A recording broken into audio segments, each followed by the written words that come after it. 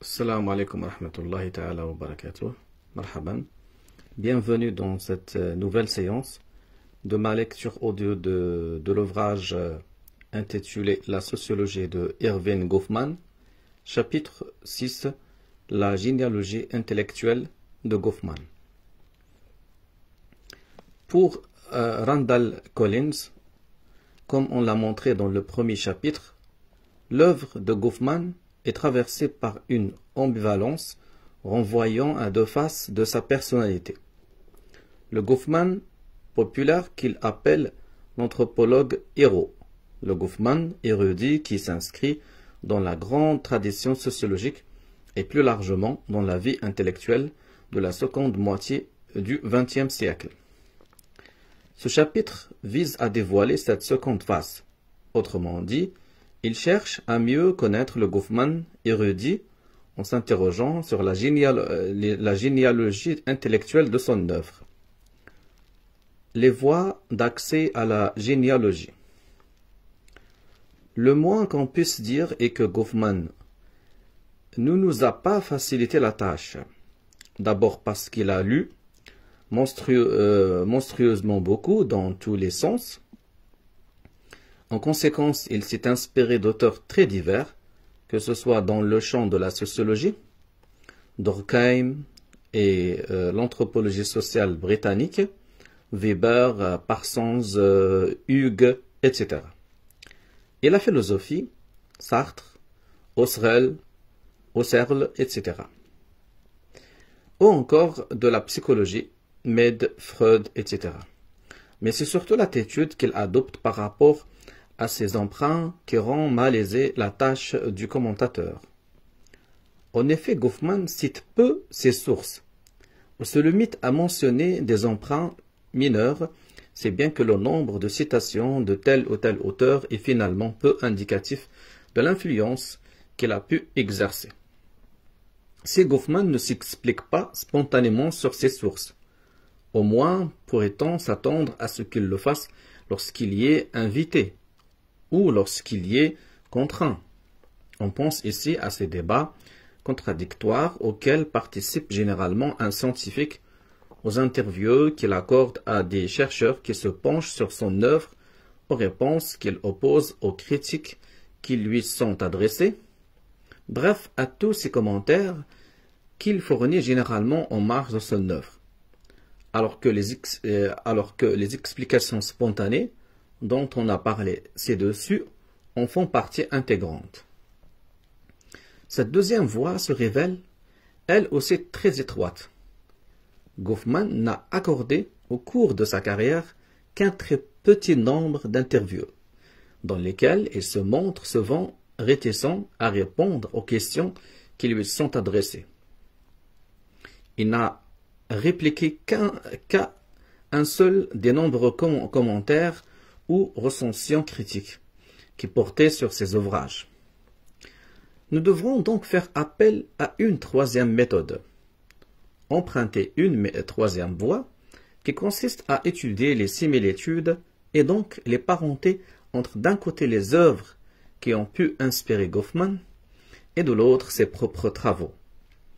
Nous serons sensibles à trois domaines dans lesquels ces filiations peuvent s'observer. En premier lieu, celui des thèmes, des objets de recherche, par exemple l'étude de la ville ou celle des professions. En deuxième lieu, celui des méthodes, par exemple l'usage des interviews ou le recours à l'observation participante. En troisième lieu, enfin, celui des perspectives d'analyse, perspectives micro ou macro-sociologiques, accent mis sur le rôle des acteurs ou sur le poids des structures. La première question que la biographie de Goffman nous amène à nous poser est de savoir s'il faut associer l'auteur à un courant, qui serait la tradition sociologique de Chicago. Cette expression désigne un milieu de recherche relativement composite, constitué dans les années 1920 à 1930 à l'Université de Chicago autour de William Isaac Thomas, de Robert Ezra Park, auquel a succédé à partir de la fin des années 1930 une seconde génération autour d'enseignants et de chercheurs comme Blammer et Hughes. La tradition de Chicago, une appartenance controversée. Goffman, on l'a rappelé plus haut, chapitre 1, section l'apprentissage du métier, suit les cours de Blammer. Celui-ci développe la pensée de Mead et invente en 1937 l'expression interactionnisme symbolique. Blammer considère que les acteurs agissent en fonction du sens qu'ils attribuent aux choses et que ce sens s'élabore dans et par les interactions, de sorte qu'au fil de ces dernières, les interprétations se modifient continuellement. Cette conception s'appuie sur 3 postulats. Le sens n'est jamais indépendant des interactions. Les interactions se développent suivant une dynamique propre, bien qu'elles se justifient par des besoins naturels et des données culturelles. La notion de société correspond à un processus d'action plutôt qu'à une structure. Le milieu de recherche de Chicago se caractérise également par l'usage privilégié de méthodes de recherche qualitatives, comme les entretiens ou encore l'observation, en particulier l'observation participante. C'est ainsi que Hughes utilise largement cette technique dans les recherches empiriques qu'il réalise ou dirige. Celle-ci porte sur les relations qui se développent dans les entreprises entre des personnes de races différentes, sur les institutions, par exemple les établissements d'enseignement, les institutions religieuses et surtout sur les métiers et les professions. Une continuité méthodologique et thématique. Des liens existent incontestablement entre Goffman et le milieu de la recherche de Chicago en ce qui concerne les méthodes, en particulier de collecte des données. Goffman a largement pratiqué l'observation participante, que ce soit lors de son séjour aux îles Shetland ou dans l'hôpital Sainte-Élisabeth de Washington, ou encore lorsqu'il fréquentait les casinos, chapitre 1, section l'apprentissage du métier. Une continuité s'observe aussi pour les objets de recherche. Le lien est évident, en particulier avec les recherches de Hughes. Son ouvrage Asile se relie à l'étude des institutions pratiquées par ce sociologue, tandis que les premiers textes publiés de Goffman portant sur les interactions, surtout son ouvrage La présentation de soi, se réfèrent largement aux données empiriques relatives au métier, collectées dans le cadre des doctorats dirigés par le même Hughes. La question est beaucoup plus ouverte en ce qui concerne les rapports de Goffman avec l'interactionnisme symbolique. Plusieurs commentateurs évoquent une telle filiation, soulignant notamment les liens avec les travaux de Mead. Pourtant, 2 types de données conduisent pour le moins à relativiser cette parenté, sinon à la nier. La première, Goffman s'est montré lui-même très critique par rapport à l'interactionnisme symbolique, et s'en est nettement démarqué.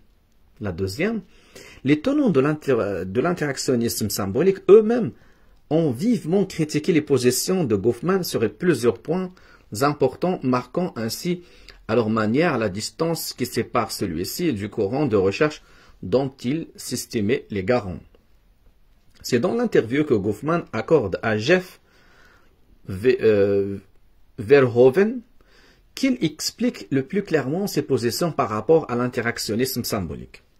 Si Verhoeven a sollicité cet entretien, c'est précisément dans le cadre d'un travail sur ce courant de recherche. En conséquence, il multiplie les questions en vue d'amener Goffman à se situer par rapport à lui. Les premières réponses de Goffman s'apparentent à des refus. Je ne pense pas que cette appellation recouvre quoi que ce soit. Je n'ai jamais pensé qu'un label soit nécessaire, etc. Les réponses de Goffman. Jusqu'à ce que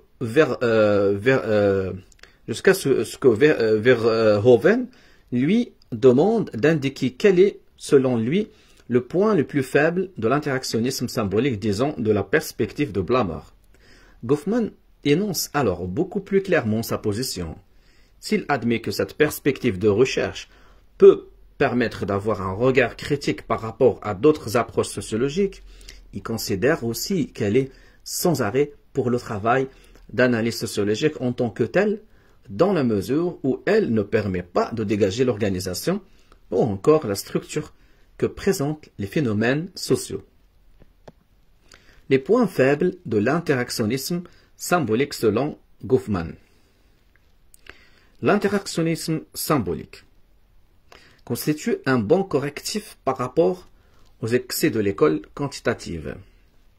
Mais en lui-même, il ne vous permet pas de structurer ou d'organiser les choses réelles que vous étudiez. Il s'oppose à tout système. Il s'oppose à toute découverte quelque peu systématique. C'est ainsi que je vois les choses. De ce point de vue, il constitue une approche simplement critique, une approche assez grossière qui, à mon avis, ne peut mener nulle part. Je ne vois pas comment il peut vous satisfaire, à moins que votre attention ne soit d'être un critique de la sociologie, un critique des autres formes de sociologie. Et il y a des personnes qui sont des analystes de ce que d'autres ont dit en sociologie. Je suppose que l'interactionnisme symbolique convient bien pour cela. Mais le travail d'analyse en lui-même, lorsque vous vous mettez à étudier quelque chose, vous êtes intéressé de montrer qu'il présente une certaine organisation, une certaine structure. Sinon, vous n'aurez probablement rien découvert.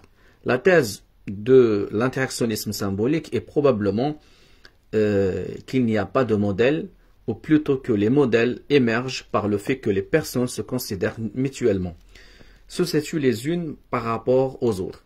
Mais il n'y a pas de structure dans la manière dont elles sont censées interférer dans la conduite des autres. Donc Blameur convient bien pour fournir une perspective fort large et générale sur l'action sociale, mais il ne fournit rien pour l'étape suivante. Lorsqu'il s'agit d'organiser les choses, à ce niveau, il me semble sans intérêt. En fait, c'était la réponse de Goffman à propos de l'interactionnisme symbolique. Des critiques émanant des interactionnistes symboliques. De manière réciproque, plusieurs tenants de l'interactionnisme symbolique nient l'appartenance de Goffman à ce courant de recherche et critiquent de manière plus ou moins radicale l'intérêt de sa perspective d'analyse. Les interactionnistes symboliques rendent bien à Goffman les critiques que celui-ci leur adresse. Ainsi, pour Georges Gonos, un interactionnisme symbolique bien compris part de la définition de la situation telle qu'elle est énoncée par l'acteur et fait de cette construction l'objet principal de l'investigation sociologique. Or, Goffman, plutôt que de fonder son analyse sur l'individu et son activité cognitive, inverse la perspective. En effet, des notions comme celle de situation ou de cadre tendent à considérer les acteurs comme des supports de structures sociales préexistantes. Par ailleurs, l'interactionnisme symbolique suppose que toutes les situations sociales sont nouvelles, uniques, puisqu'elles combinent différemment les activités des acteurs en présence.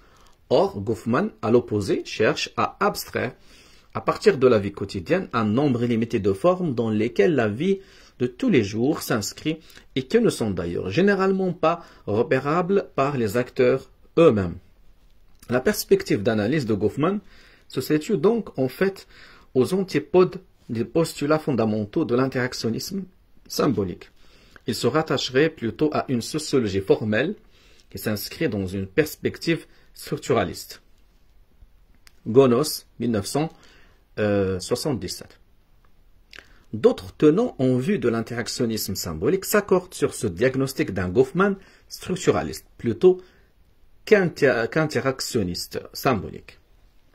C'est surtout vers les cadres de l'expérience que ces commentateurs dirigent leurs critiques, même s'ils ont tendance à les adresser plus généralement à l'ensemble de l'œuvre de Goffman. Ceci permet sans doute de mieux comprendre les deux observations formulées au terme du chapitre précédent, consacré à cet ouvrage. Nous remarquions d'abord, à la suite de Jameson, que Goffman donne à la notion de cadre une signification impersonnelle. Nous voyons mieux maintenant le contraste avec les positions des interactionnistes symboliques pour qui les définitions de la réalité renvoient bien davantage aux significations produites par les personnes dans chacune de leurs interactions. Nous soulignons ensuite le caractère modéré des vues de Goffman, qui s'écarte du relativisme absolu. Cette position plus absolue est bien celle de l'interactionnisme symbolique pour qui la définition de la réalité est relative à chaque interaction et même à chaque moment de l'interaction dans la mesure où elle renvoie aux significations spécifiques qui sont produites conjointement par les acteurs. Si Goffman s'inscrit largement dans les thèmes de recherche de la tradition de Chicago, et si l'on adopte largement les méthodes, en revanche, il s'écarte sensiblement de l'interactionnisme symbolique. Goffman est en effet davantage sensible aux structures, aux modèles ou encore aux formes qui gouvernent l'interaction. En revanche, il est peu attentif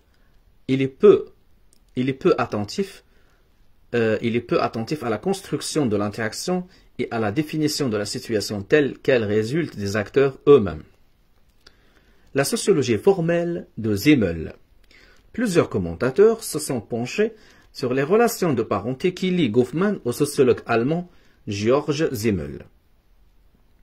Contemporain de Max Weber, il révèle que Goffman s'est plongé dans l'œuvre de Simmel lors de son séjour à Chicago.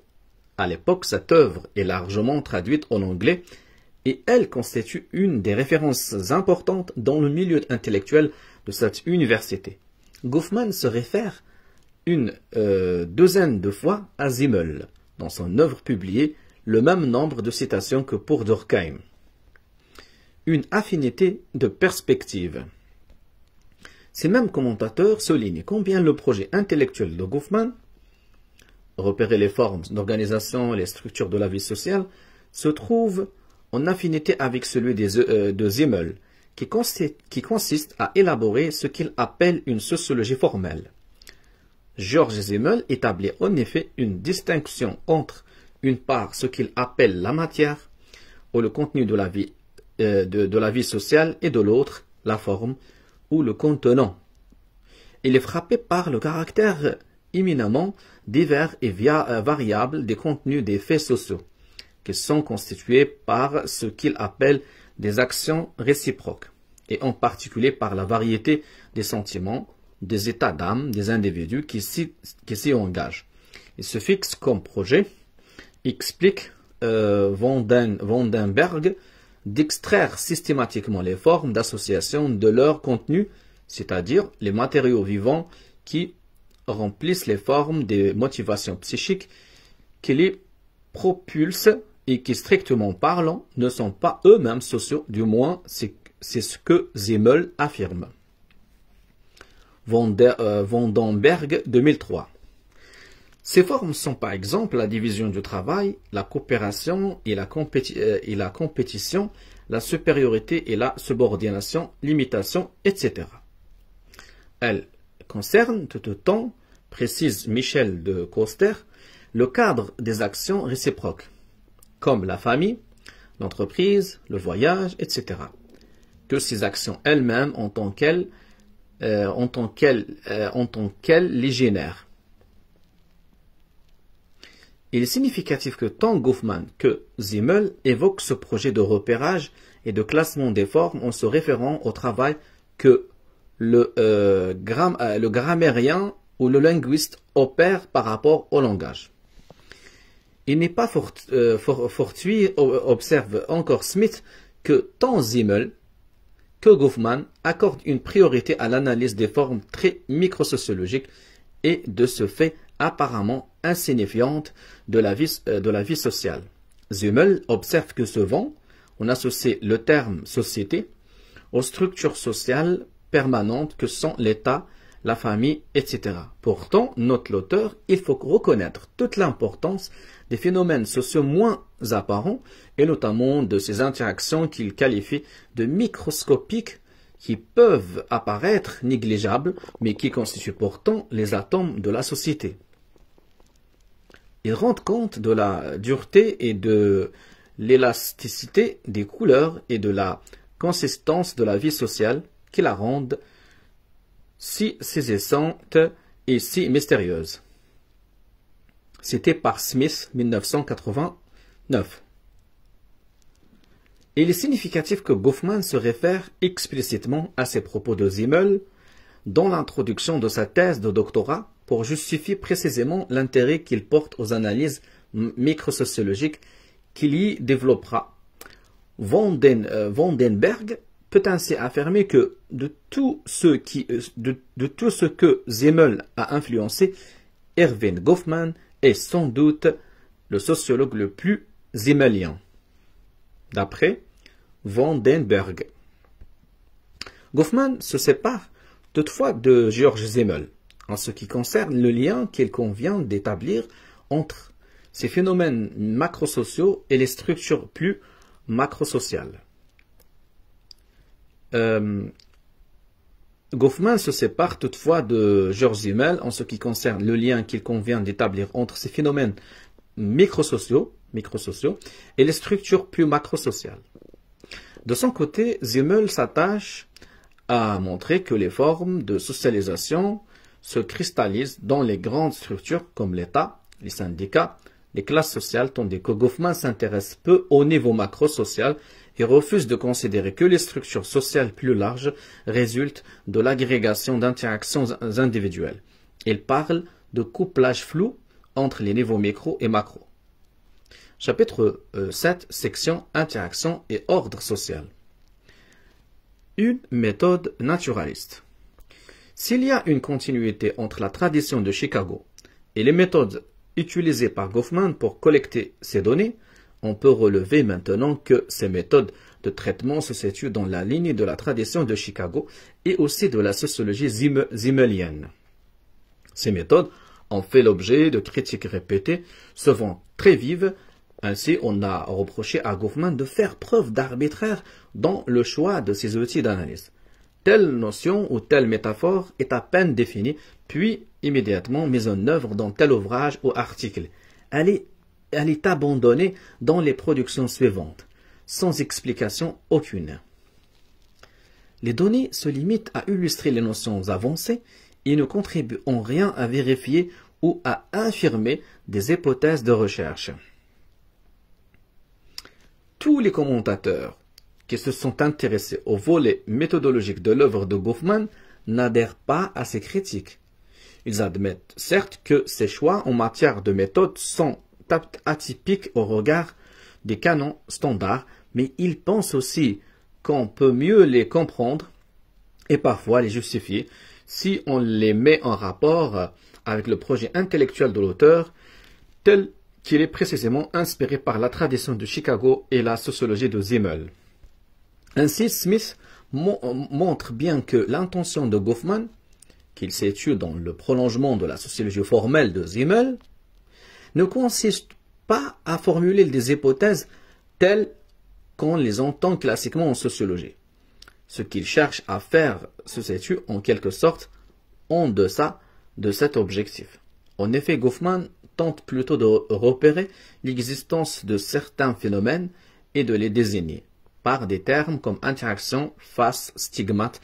Selon le commentaire de Smith, Goffman se limite à proposer des énoncés existentiels. Ce type de proposition ne peut pas, comme tel, être soumis à des réfutations comme le voudrait la tradition épistémologique issue de Karl Popper. En revanche, la question qui se pose est celle de la fécondité de ces notions pour des analyses ultérieures. Ceci va de pair avec une certaine modestie affichée par Goffman. Plutôt que de grandioses théories sociologiques, explique-t-il dans un souhait adressé à ses collègues de l'American Sociological Association, nous avons besoin d'une modeste mais persévérante qualité analytique. Dans d'autres textes, il qualifie sa méthode de travail de naturaliste et il la compare à celle d'un botaniste manchot. D'autres commentateurs ont noté également que ce travail de désignation et de classement des phénomènes, tel qu'il est opéré par l'auteur, est susceptible de modifier la perception de ces phénomènes.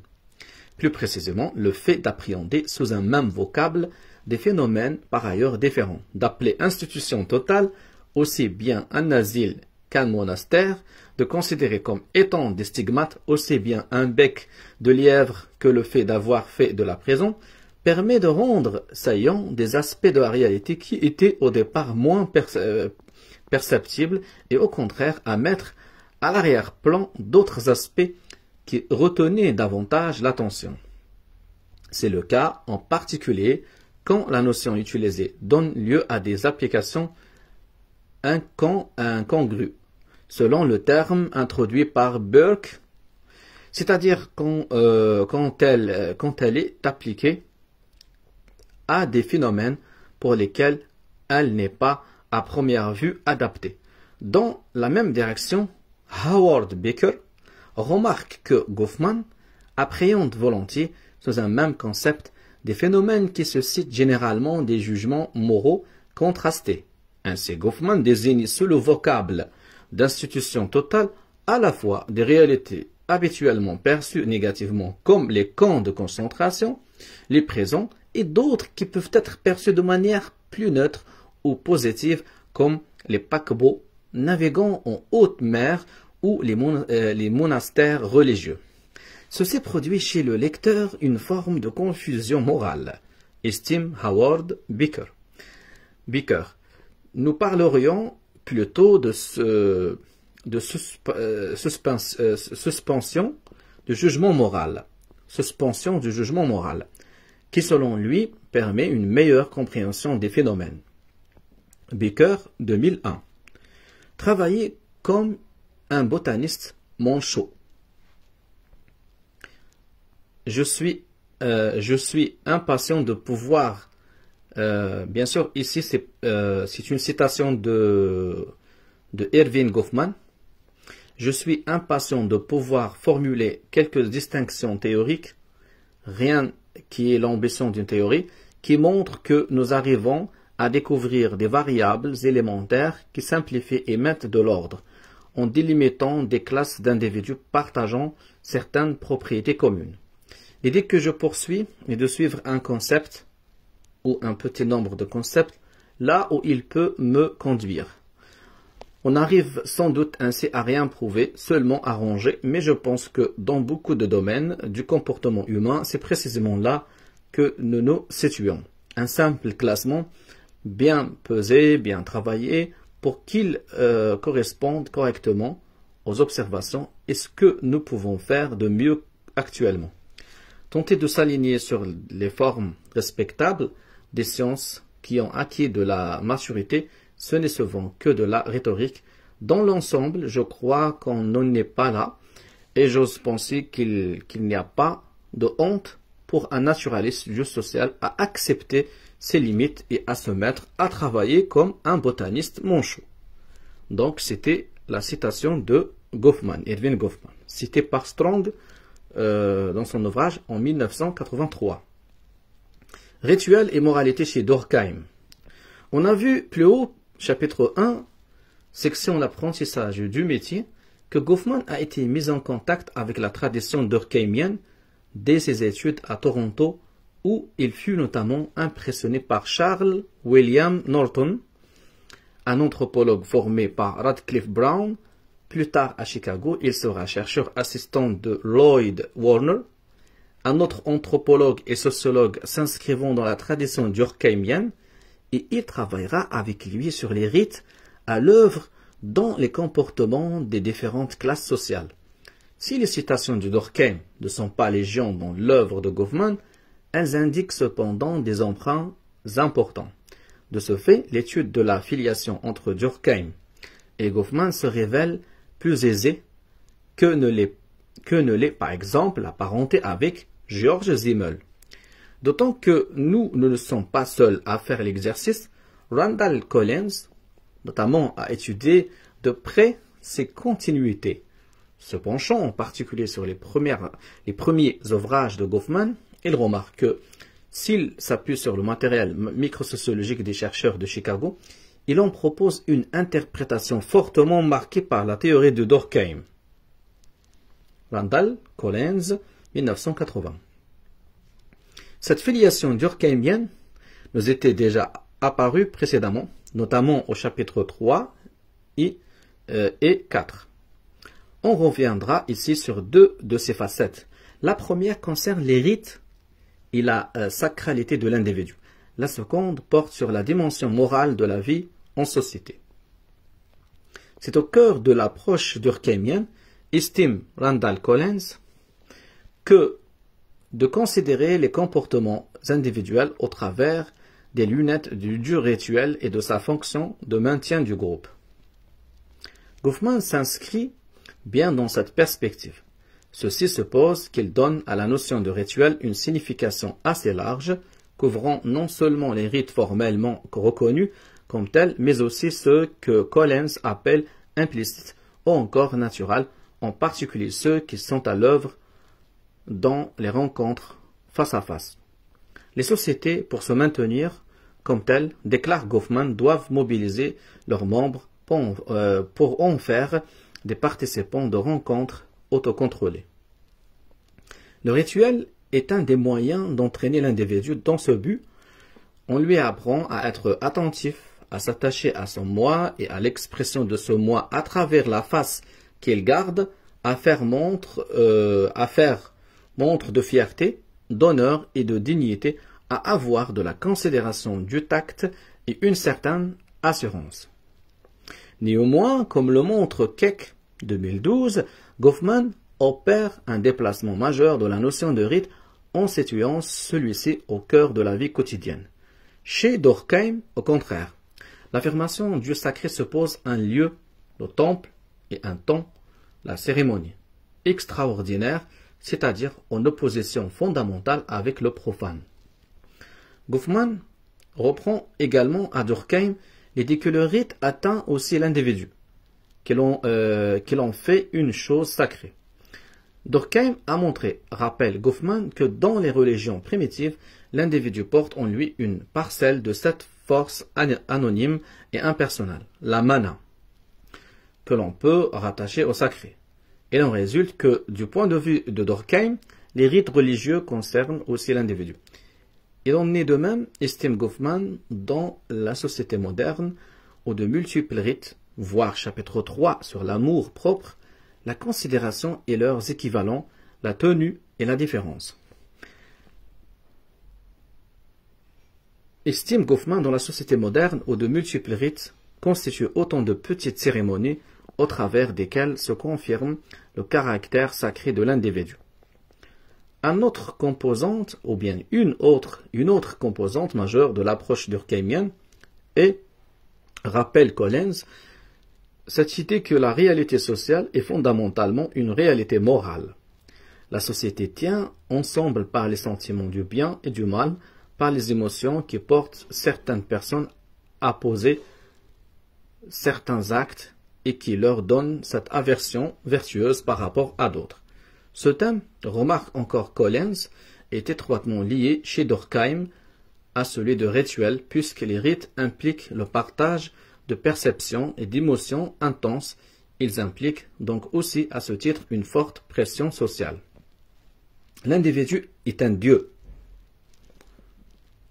J'ai émis l'idée que l'on peut traduire les notions durkheimiennes quant à la religion primitive.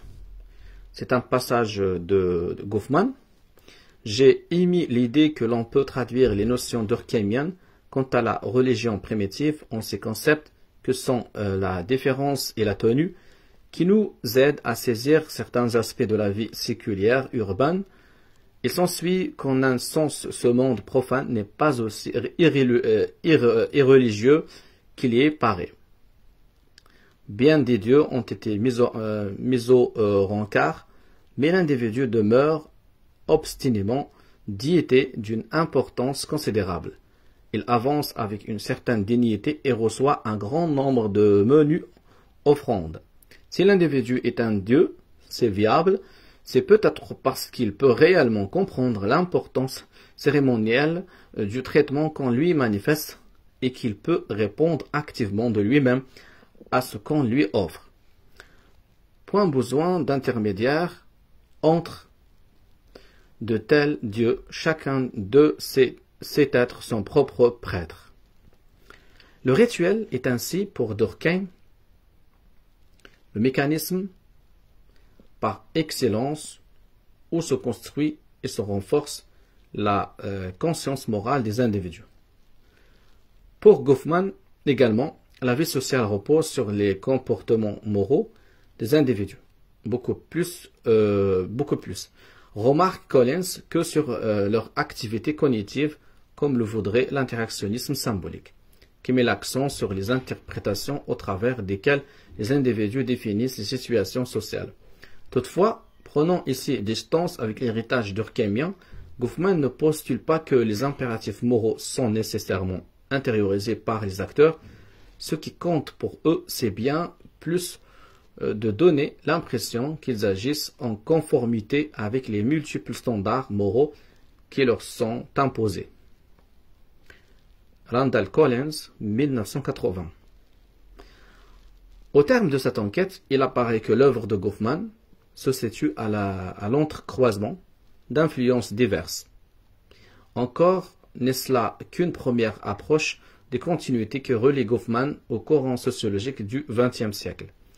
Elle devrait être poursuivie, notamment en mettant en relief des influences venant d'autres disciplines comme la philosophie, influence par exemple de l'existentialisme sartrien, de la phénoménologie husserlienne et de la phénoménologie sociale d'Alfred Schultz, du pragmatisme de Mead ou de Dewey, de la philosophie du langage d'Austin, ou l'économie, influence évoquée plus haut, chapitre 2, section, la métaphore théâtrale dans la suite de l'œuvre, de la théorie des jeux par exemple, ainsi de suite. Il s'agirait de montrer aussi comment ces influences se combinent de manière spécifique dans les différents ouvrages de l'auteur Randall Collins. Donc voilà, on a cité quelques passages d'un ouvrage de Randall Collins qui a étudié en fait Goffman. Il a étudié Goffman. Voilà, j'arrive à la fin de ce chapitre. Dans la prochaine séance, on va continuer. Je vais lire le chapitre 7 sur l'interaction, l'identité et ordre social, ouverture critique.